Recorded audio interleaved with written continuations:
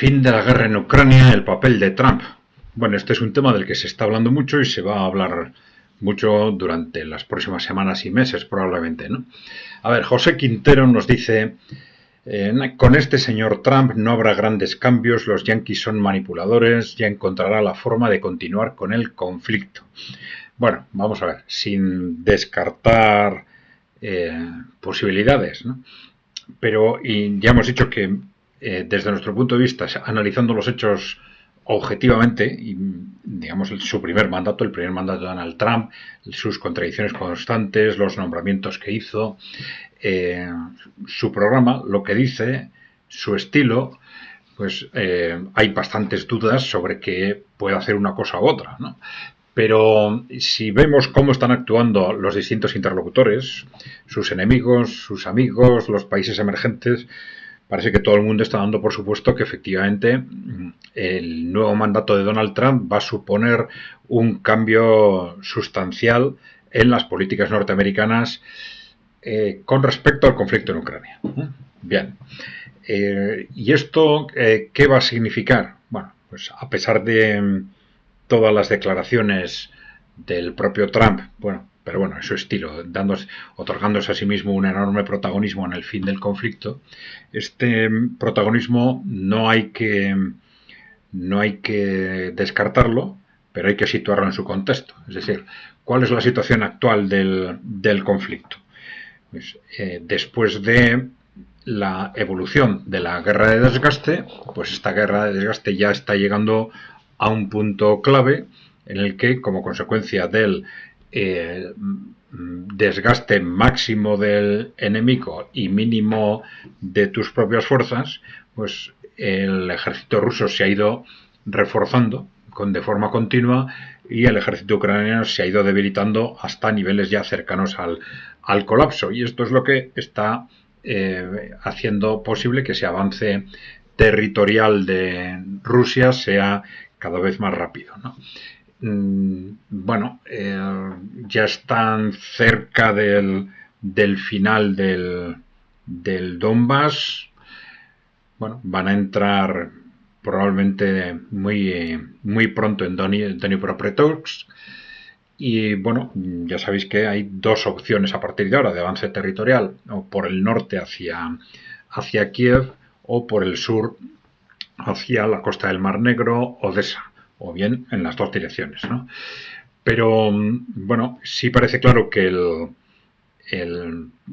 lógico es prever que con la evolución actual del conflicto la guerra termine durante 2025 y probablemente durante el segundo semestre del 2025.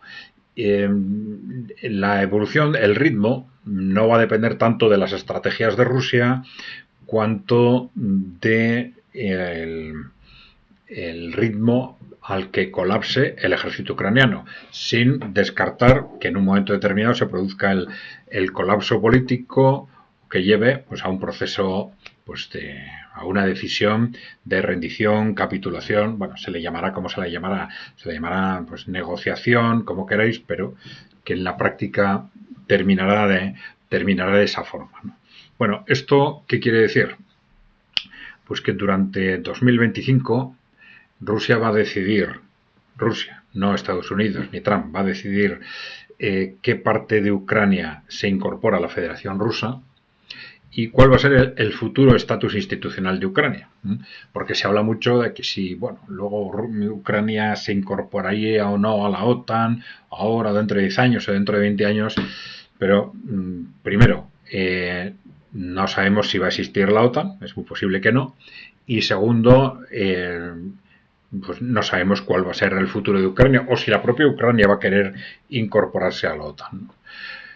Porque dentro de ese nuevo contexto institucional de Ucrania, pues una parte fundamental es configurar una Ucrania que distinta de la que desde Europa y Estados Unidos hemos creado a partir del golpe de Estado que dimos en 2014. Es decir, una Ucrania que ha sido un ariete contra Rusia, fomentando la rusofobia, los ataques contra los prorrusos, el armamento el, el proceso armamentístico creciente.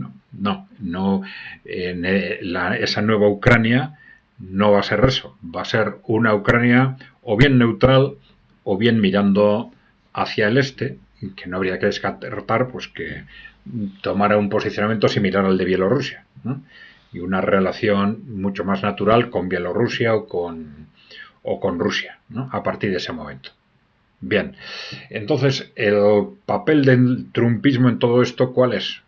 Pues el papel fundamental del trumpismo va a ser, o debería ser, controlar la reacción de Occidente. Es decir, ya sabéis que Occidente, o mejor dicho, la élite corporativa que controla Europa y Estados Unidos está en una situación de pánico, primero por el avance de los países emergentes y en concreto ante la prevista victoria rusa en Ucrania, a la que le atribuyen con cierta lógica una importancia histórica por su repercusión en el balance entre países emergentes y Occidente. Piensan que es el punto de inflexión ya para la pérdida del control del mundo y probablemente también para la pérdida del control de Occidente, ¿no? En esa situación de pánico, bueno, pues ya sabemos que llevan año y medio intentando crear una situación o poner en marcha un proceso de escalada hacia una gran guerra, digamos, o guerra mundial si queréis, con continuas provocaciones que no están saliendo adelante por la paciencia estratégica de Rusia, ¿no? Pues por la frialdad con la que está gestionando Rusia este proceso, ¿no? Pero, bueno, evitar esa gran guerra, evitar ese estallido, es el papel fundamental del trumpismo. Se puede hablar mucho de lo que hizo o no hizo durante su primer mandato, pero bueno, evitó que se pusieran en marcha nuevos procesos bélicos y de alguna forma esto supuso que el enfrentamiento, es decir, que la élite oligárquica occidental perdiera 4 años en ese enfrentamiento que hacía tiempo que estaba buscando para frenar a los países emergentes, ¿no? Bueno, pues ahora lo que debería hacer el trumpismo es controlar esa reacción de la élite corporativa occidental y evitar una guerra mundial.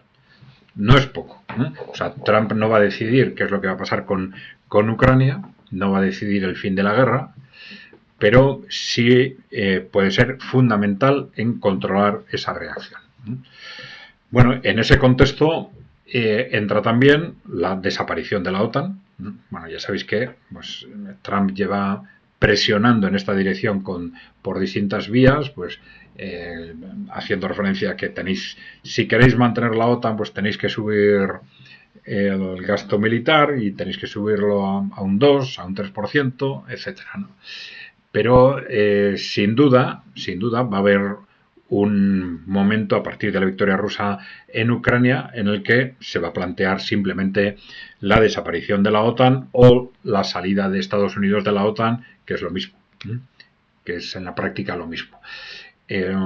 Bueno, la razón de fondo ya sabéis cuál es. Claro, no tiene sentido que se negocie un estatus de seguridad estratégica de Europa Occidental como va a haber que negociar. Esto es inevitable para el fin del conflicto y que se mantenga la OTAN, cuya finalidad es cercar y atacar a Rusia, ¿no?